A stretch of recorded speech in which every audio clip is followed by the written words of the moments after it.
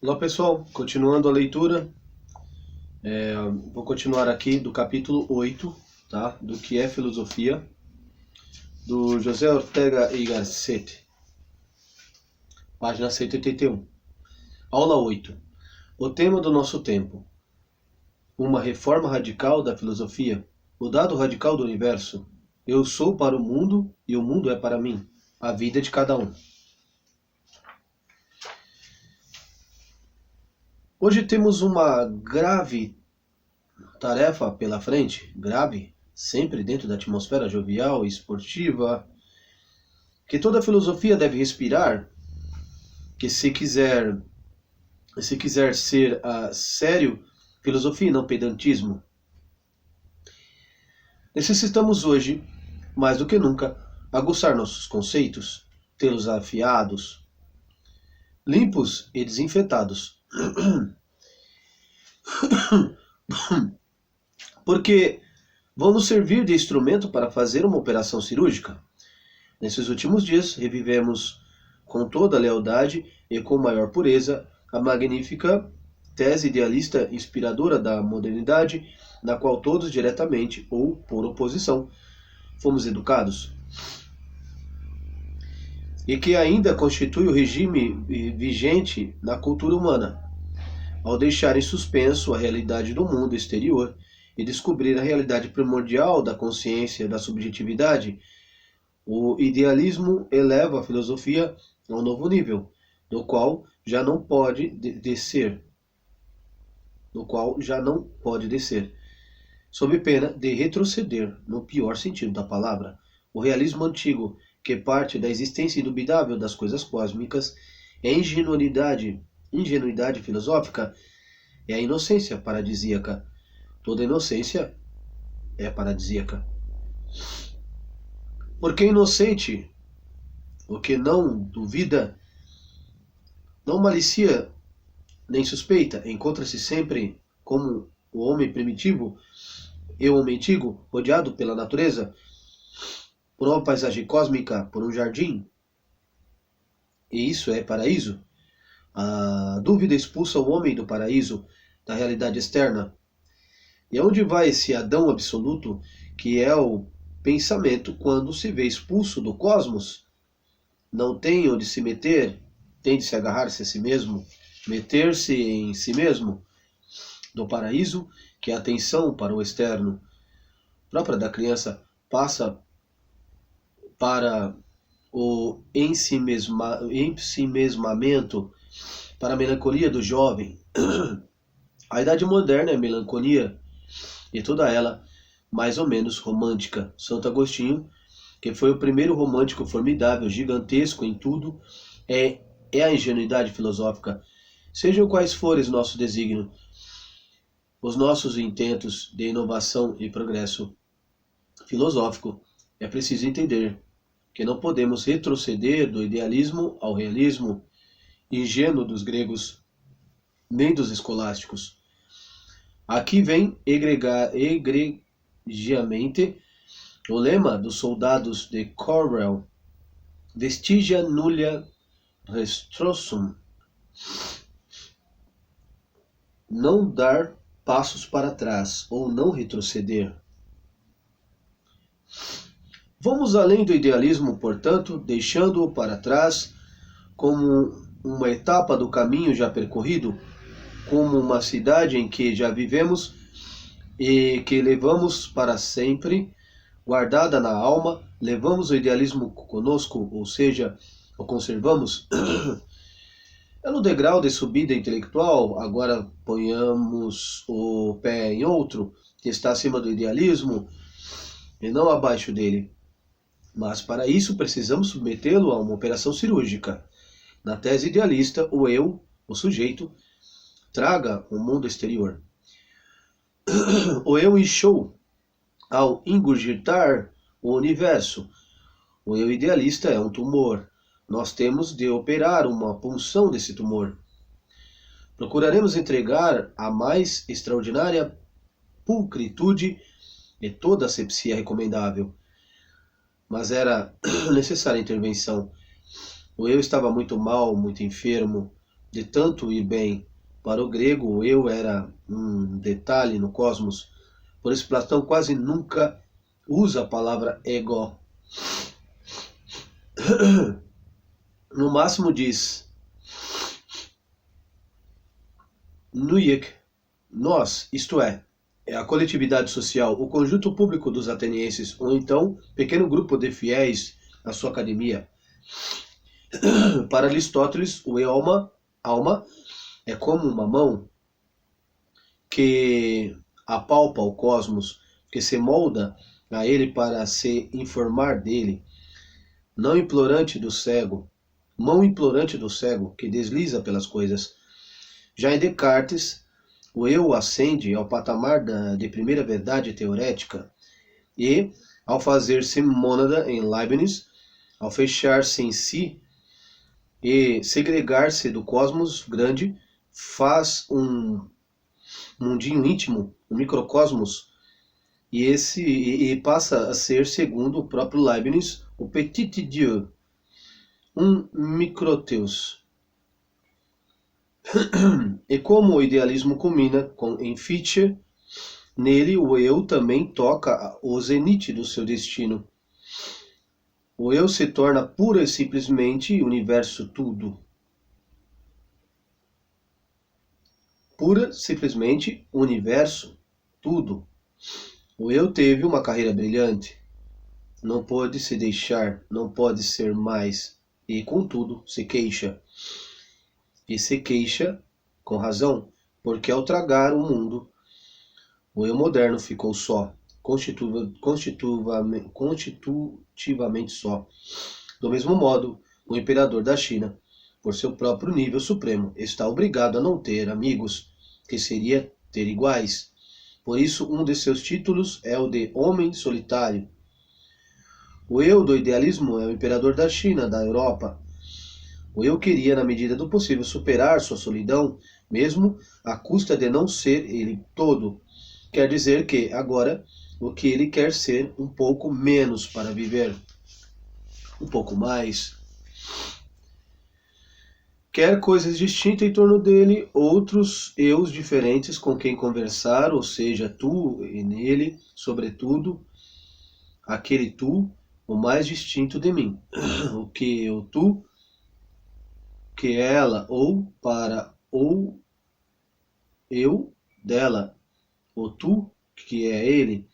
Em suma, o eu precisa sair de si mesmo, achar o mundo ao seu redor. O idealismo chegou ao ponto de tapar as fontes das energias vitais, de afogar totalmente os recursos do viver, porque quase conseguiu convencer o homem a sério, ou seja, vitalmente, de que tudo que lhe rodeia era só imagem sua a ele mesmo.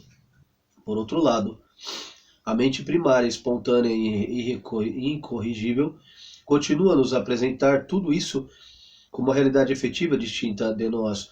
O idealismo era uma teimosia tenaz à marcha na contramão da vida. Era um insistente, pedagógico esforço por nós fazer achar que viver espontaneamente era, por sua própria essência, padecer de um erro, uma ilusão de óptica. Nem o avaro poderia dar seu gosto de continuar sendo avaro se acreditasse de fato o que a pepita de ouro era só a imagem de uma pepita de ouro, ou seja, uma moeda falsa. Nem o galã continuaria enamorando de uma mulher se, na verdade, se convencesse de que não era uma mulher, mas uma imagem sua, um fantôme de amor. O amor não seria outra coisa senão amar-se ao erotismo. Precisamente ao nos convencermos de que a mulher amada não é como acreditávamos, mas só uma imagem generosa que havia feito, produz em nós catástrofe da desilusão, que isso não é exagero, que o idealismo penetrou corrosivamente até esse detalhe do viver, e o viver se compõe só de detalhes, desvitalizando a vida. É coisa que, se tivesse mais tempo, eu tentaria provar a vocês. Mas agora, iminente, temos pela frente a difícil tarefa de abrir o ventre do idealismo, livrar o eu de sua prisão exclusiva e proporcionar-lhe um mundo ao redor, de curar, no que for possível, o ensimesmamento, de planejar a evasão, e quindim ultimo a riveder l'estelle. Tradução, nota de rodapé da T1. Saímos por ali a rever as estrelas. Último verso do Inferno de Dante, em A Divina Comédia. Tratado de Ítalo Eugênio Mauro.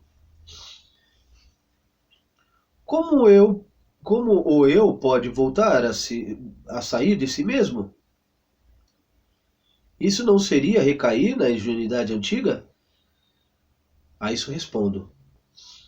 E de imediato, que não seria nunca um voltar a sair, porque o eu ingênuo da antiguidade não tinha saído de si, pela simples razão de que sua ingenuidade consistia precisamente em nunca ter entrado em si.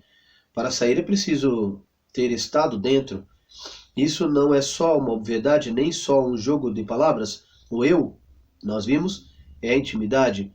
Agora trata-se de que saia de si, conservando sua intimidade. Isso não é contraditório, mas como chegamos à estação vindima e das colheitas deste ciclo de aulas, vem oportunamente às nossas mãos tudo o que cultivamos nos dias anteriores. Assim, essa contradição nos assusta, porque já sabemos que todo problema é uma contradição bicorne que se planta diante de nós, uma contradição que aparece, em vez de limar-lhe o duplo chifre agressivo, fingindo que não há tal contradição, formulando-a com toda a sua fereza, como bom touro de raça, que é esse o problema. O eu é a intimidade, e o que está dentro de si é para si. Entretanto, é preciso que, sem perder essa intimidade, o eu encontre um mundo radicalmente distinto dele e que saia fora de si para esse mundo. Portanto, que o eu seja, ao mesmo tempo, íntimo, exótico, recinto e campo livre, prisão e liberdade. O problema é de assustar qualquer um. E se anunciei que ia praticar uma operação cirúrgica, mas parece que sou eu que vou sofrer o risco tauromáquico. É claro que quando dissemos que precisamos superar o idealismo, que o eu se lamenta por viver recluso, que o idealismo, um dia magnífico, excitante da humanidade, pode chegar a ser nocivo à vida, não se deve entender que tais censuras sejam obtenção contra a tese idealista. Se esta fosse ultimamente verdadeira, quer dizer, se não trouxesse dificuldades teoréticas em seu próprio interior, apesar dessa censura, o idealismo continuaria invulnerável e invulnerável. O desejo dos anseios, a própria necessidade vital de que a verdade fosse outra, se espatifariam contra a inteligência e não alcançariam. Uma verdade não é verdade porque é desejada, mas uma verdade não é descoberta se não for desejada. E porque é desejada, é buscada. Mantém-se imaculado, pois o caráter desinteressado é independente de nossos apetites pela verdade, mas não é menos certo que tal homem e tal época cheguem a ver tal verdade em virtude de um interesse prévio que os mova para ela. Sem isso não haveria história. As verdades mais inconexas cairiam sobre a mente do homem como inesperados tiros de escopeta. Ele não saberia o que fazer com elas. De que teria servido para Galileu a verdade de Einstein? A verdade só desce sobre quem almeja, sobre quem anseja e já traz pré-formado em si o espaço mental onde a verdadeira ela possa se alojar. Um quarto de século antes da teoria da relatividade, postulava-se uma física de 4 dimensões, sem espaço nem tempo absoluto. Já está em Poincaré o buraco onde Einstein se instalou, como o próprio Einstein afirma a toda hora, com sentido séptico e para desprestigiar a verdade, disseram que o desejo é o pai da verdade. Isso é, como todo o cepticismo, um perfeito absurdo ou contrassenso. Quando se deseja uma determinada verdade, só se deseja se ela for, de fato, verdade. O desejo de uma verdade transcende a si mesmo, deixando-se a si mesmo por trás e vai buscar a verdade. O homem sabe perfeitamente quando deseja uma verdade e quando só deseja criar ilusões, ou seja, quando deseja a falsidade. Portanto, dizer que nossa época deseja superar a modernidade e o idealismo não é senão formular com palavras humildes o ar pecador, o que, com vocábulos mais nobres e graves, seria dizer que a superação do idealismo é grande tarefa intelectual, alta missão histórica de nossa época, o tema do nosso tempo. A quem perguntar malhumoradamente ou gesto desdenhoso, por que nosso tempo precisa inovar, mudar, superar? Por que esse desejo, esse prurido pelo povo, pelo novo, por modificar, por fazer modas, como disseram tantas vezes contra mim, responderei que vamos nesta ou na próxima aula, com tanta surpresa quanto evidência, descobrir que todo o tempo, rigorosamente falando, tem sua tarefa, sua missão, seu dever de inovação, mas ainda, muito mais ainda, do que literalmente falando, abre aspas, tempo não é, em última instância, o que os relógios medem, fecha aspas, mas o tempo é, repito, literalmente tarefa, missão, inovação. Buscar a superação do idealismo é totalmente contrário de uma frivolidade. É aceitar o problema do nosso tempo, é aceitar nosso destino. Vamos, pois, à faina de lutar com o nosso problema, de afrontar o filosófico touro que nosso tempo nos solta, minotauro maleado.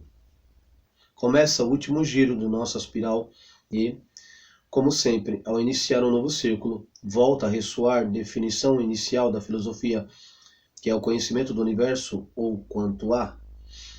A primeira coisa que necessitamos fazer é encontrar que realidade entre as que há indubitavelmente, ou seja, que o universo nos é dado na atitude da mente para o homem primitivo e o antigo, para nós mesmos, quando não filosofamos, parece dado e real o cosmos, as coisas, a natureza e o conjunto do que é corpóreo.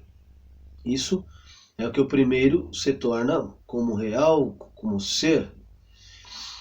O filósofo antigo busca o ser das coisas e inventa o conceito que interpretam seu modo de ser, mas o idealismo se dá conta de que as coisas, o exterior, o cosmos, têm uma realidade, um ser problemático que indubitavelmente só existe e é o nosso pensar das coisas, o exterior do cosmos.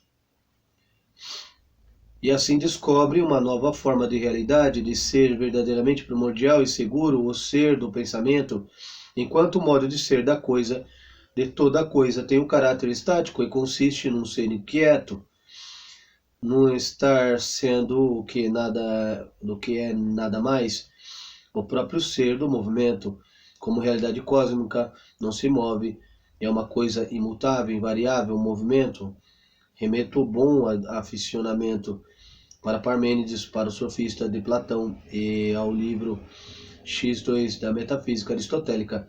Esses textos maravilhosos mesmo, e não aos manuais de seminário, que apresentam dissecada e insólida prodigiosa filosofia antiga. O ser do pensamento consiste não simplesmente em ser, mas em ser para si, e dar-se conta de si mesmo, em parecer ser para si mesmo. Vocês não percebem a diferença radical que há entre esse modo de ser, do pensar e o modo de ser da coisa?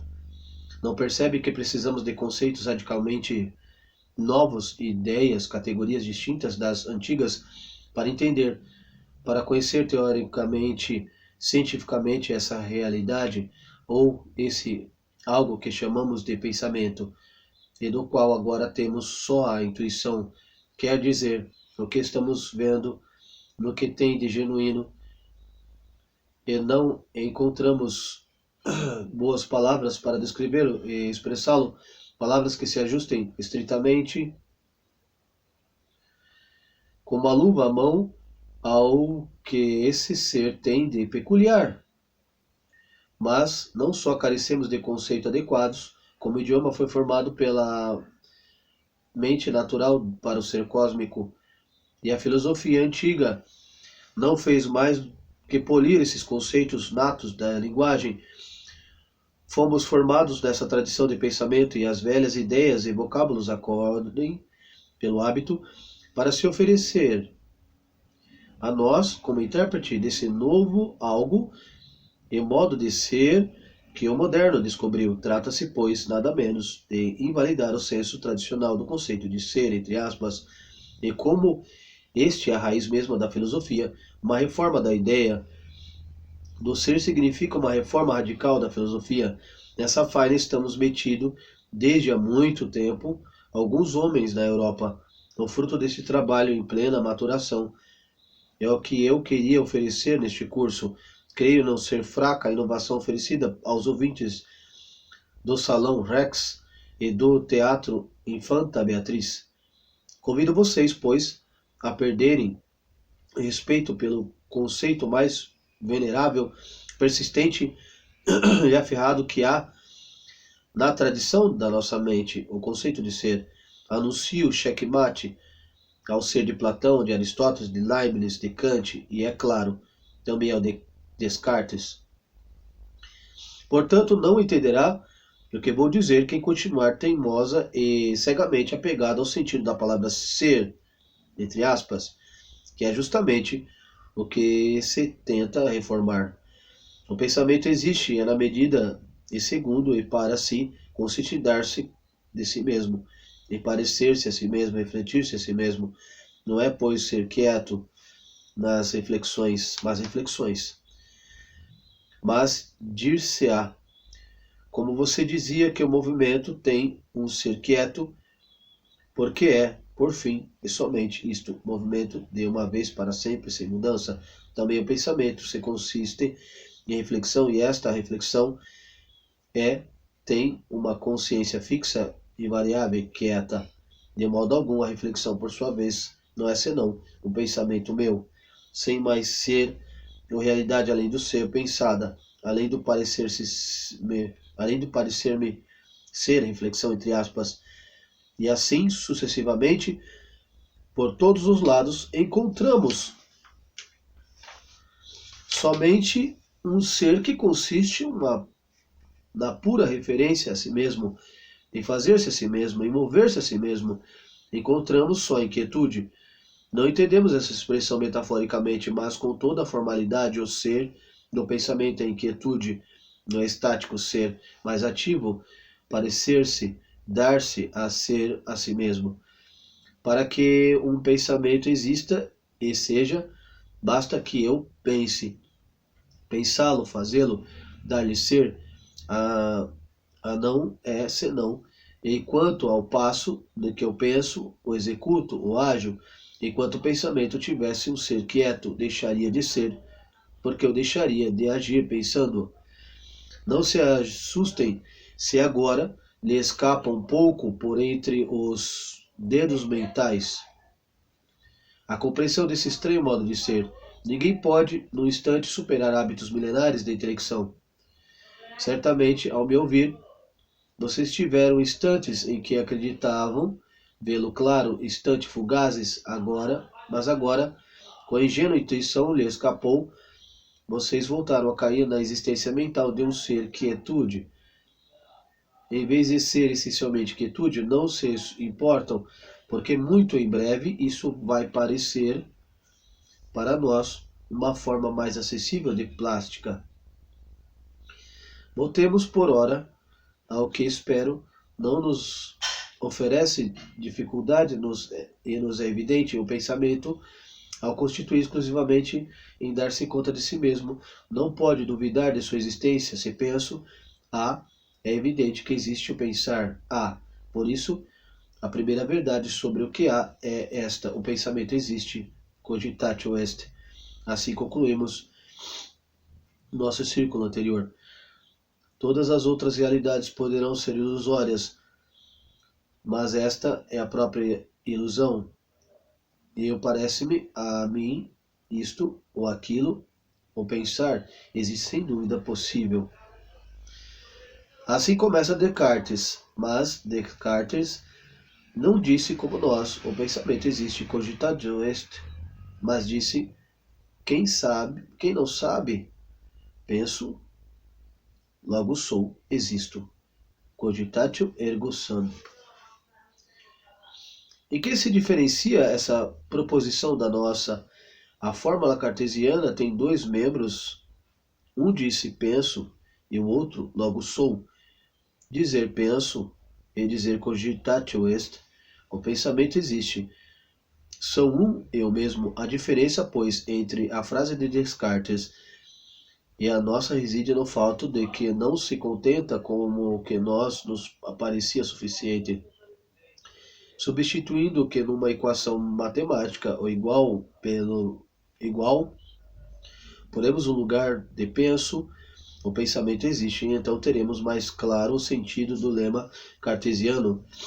O pensamento existe e logo eu existo, sou.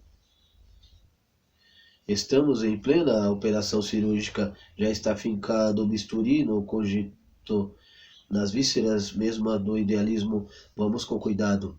Para nós, dizer que o pensamento existe, que inclui dizer que o meu eu existe, e é porque não há pensamento que não contenha como um de seus elementos o sujeito que o pensa, como inclui um objeto que é pensado.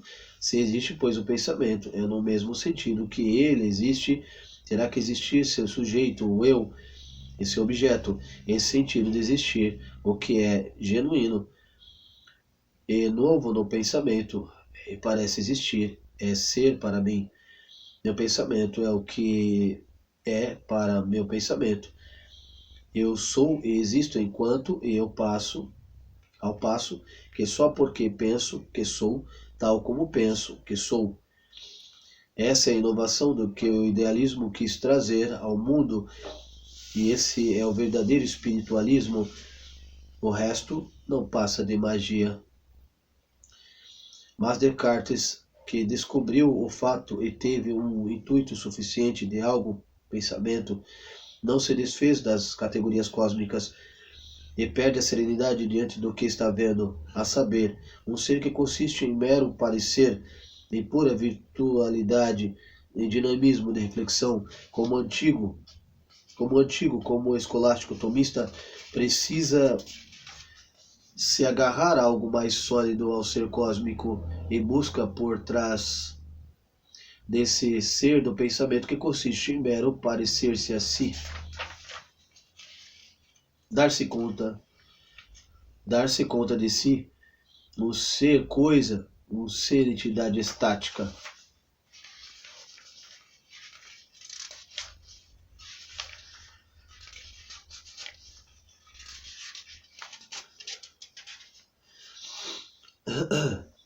O pensamento deixa de ser realidade para ele. Assim que o descobriu como primeira realidade, converte-o em simples manifestação, qualidade ou outra realidade latente estática. Traduzindo o que foi dito para a frase cartesiana, teremos: o pensamento existe indubitavelmente, mas como consiste em mero parecer-se a si mesmo, em mera aparência, não é uma realidade, um ser no sentido tradicional da palavra, como eu, Descartes, que duvidei de tudo e não me comprometi e pôr em dúvida a verdade das categorias antigas, em especial a noção clássica do ser, que é sua noção ingênua. Preciso fazer um raciocínio, um entimema. Se é indubitável que existe a aparência do pensamento, é forçoso admitir uma realidade latente sobre essa aparência, algo que nessa aparência aparece, que a sustenta e que verdadeiramente é. E essa realidade latente chamou do eu.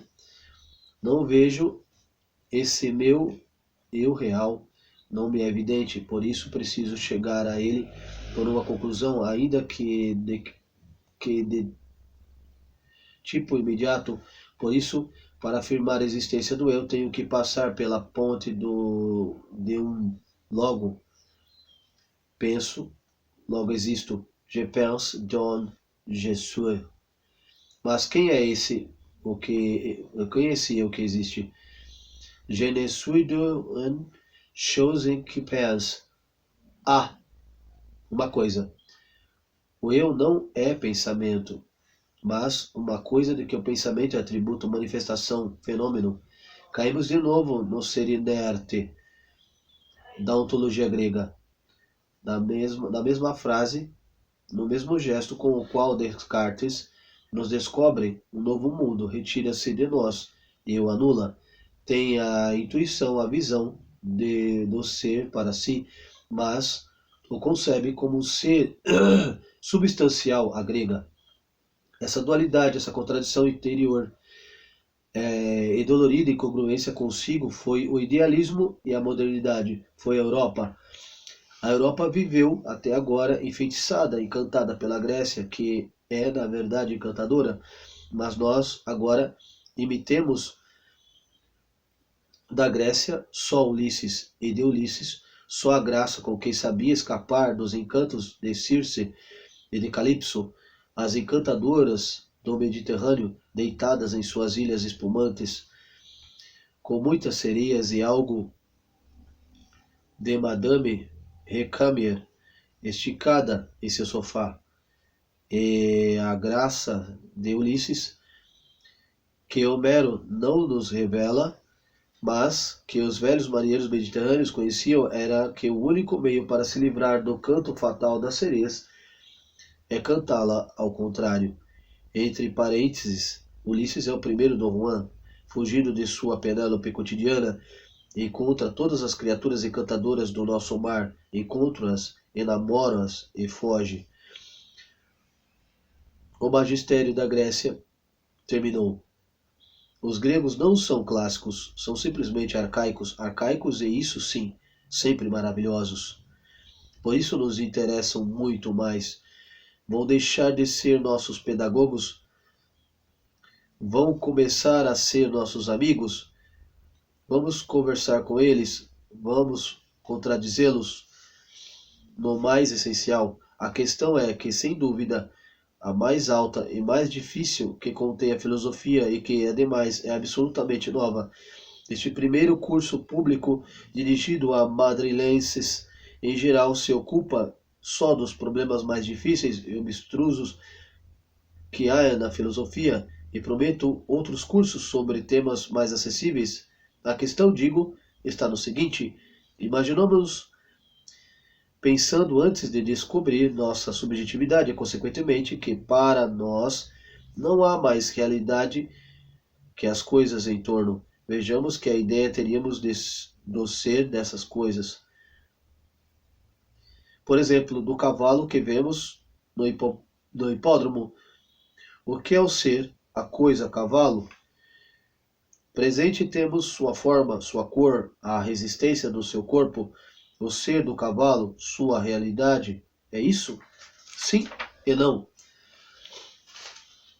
O cavalo não é sua forma porque é também a sua cor, etc.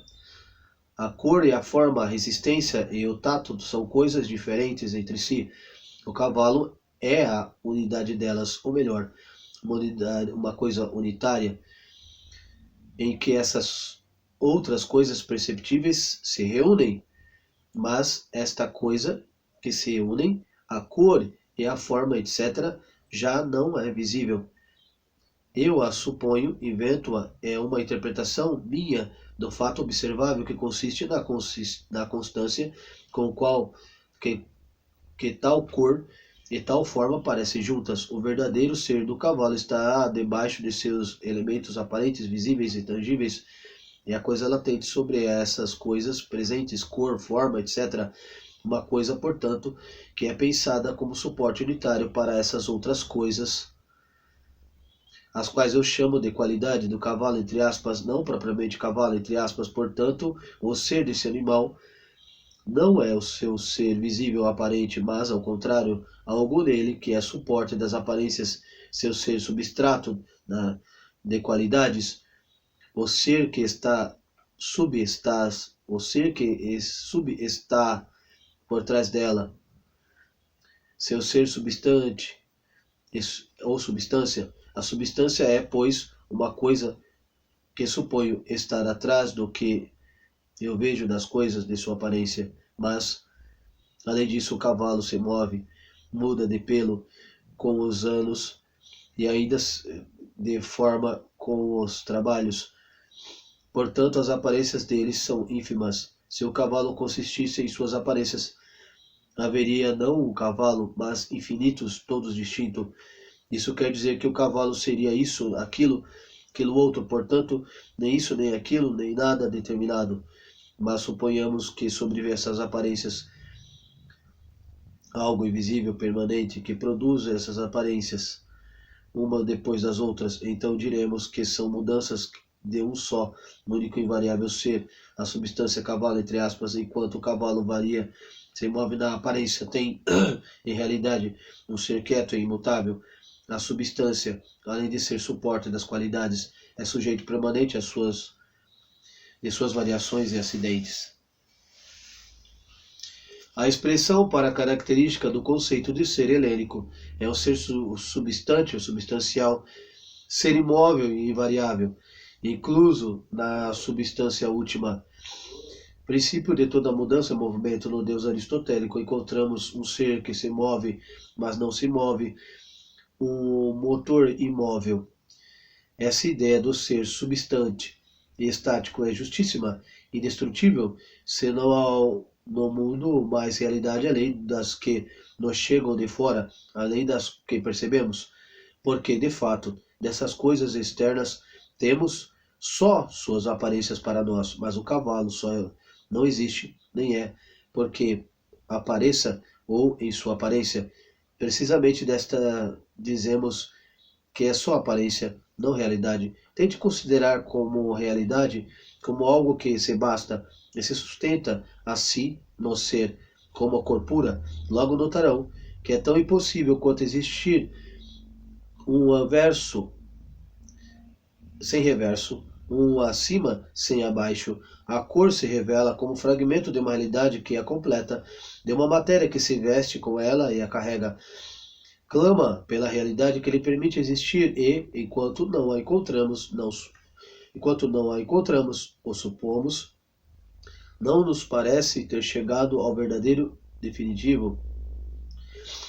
A isso aludia eu em minhas primeiras aulas, e fazia porque é mais tradicional e notório aquilo pelo que se deve começar para ir-se fazendo entender, isto é, dizia naquele momento precisamente, para deixá-lo depois, com tantas coisas neste curso que pareciam tão sabidas.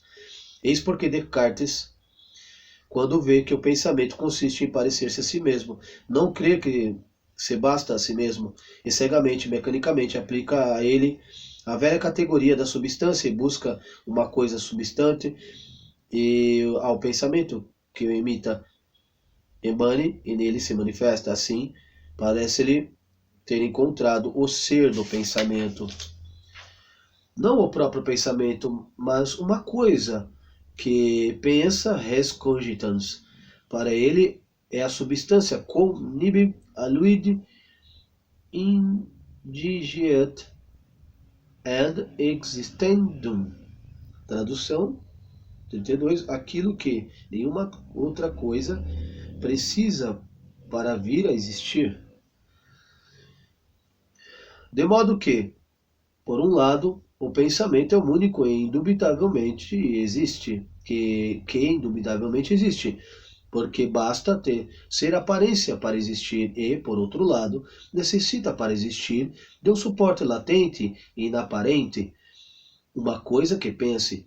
Não notam que combinamos que continuamos na ideia do imã, no hábito mágico de supor por trás do que vemos como explicação do patente, o ente que não vemos, o que é ele mesmo é um mistério. De fato, ninguém jamais teve intuição de uma substância. Descartes troca a primeira parte de sua frase, que é evidente, o pensamento existe, pela segunda, que é ultra problemática, que é inútil e que desvirtua o modo de ser do pensar, solidificando-o e paralisando-o em ser substante ou coisa. Não o eu e o pensamento não são uma coisa, o pensamento não necessita de nada para existir. Se fosse assim, Descartes não poderia aceitar a primeira parte, não poderia dizer cogito. O pensamento existe e fundar nessa verdade sua conclusão, logo existo. É forçoso reconhecer que essa fórmula cartesiana, genial, fecundíssima, por toda parte, de verdade seminal que ela, apesar dela própria, carrega, é em seu detalhe um conjunto, um novelo de contrassensos. Por isso quase ninguém a entendeu direito. Nos 3 séculos de vida que tem, estejam seguros de que esses poucos só conseguiram entendê-la de verdade porque tiveram a virtude de ser sinceros consigo mesmo e reconhecer que primeiro não a entendem, não entenderam. Eu vivi 3 anos num lugar da Mancha alemã, onde se dizia especialista em cartesianismo. Docilmente me pus sob aquela disciplina, dia após dia, mês após mês. Pois bem, eu asseguro a vocês que em Marburg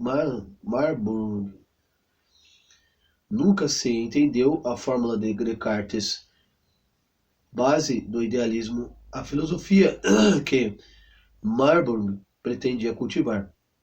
A esterilidade procedia do que é uma moléstia quase constante nas inteligências. Trata-se de extrair o sentido de uma frase com mais ou menos violência, e isso chama entendê-la, quando para entendê-la é preciso em seguida se perguntar se esse sentido é o único que a frase tem, ou seja, o único correspondente à frase íntegra. O cogito sum pode dizer muitas coisas infinitas, mas, na verdade, só disse uma, e essa é o que importa entender. Descartes substancializa o sujeito do pensamento, e ao fazê-lo lança-o fora do pensamento, converte-o em coisa exterior cósmica, posto que não consiste em ser pensado, e só enquanto pensado, e só por isso interior a si mesmo, fazendo e dando-o ser a si mesmo a coisa pensante, não se pensa a si mesma, assim como substância, pedra ou cavalo, não consiste em parecer-se a si mesmo o cavalo ou a pedra. Contudo, eu não sou senão o que parece que sou, assim, radicalmente, rigorosamente, o resto é magia. A incapacidade do idealismo de inventar novo modo de ser que lhe permita a fidelidade completa à sua própria tese aparece com a mesma clareza se do sujeito do pensamento passamos ao objeto. O idealismo me propõe e sustenta a minha crença na realidade exterior à minha mente, que esse teatro parece ter, na verdade, me disse, esse teatro é só um pensamento, uma visão, uma imagem desse teatro. Dessa maneira acontece o mesmo daquela quimera da qual falamos outro dia e que qualificamos de ente imaginário, retirando-se assim o jardim real, metendo-se na fonte, ou seja, na mente. As coisas são, portanto,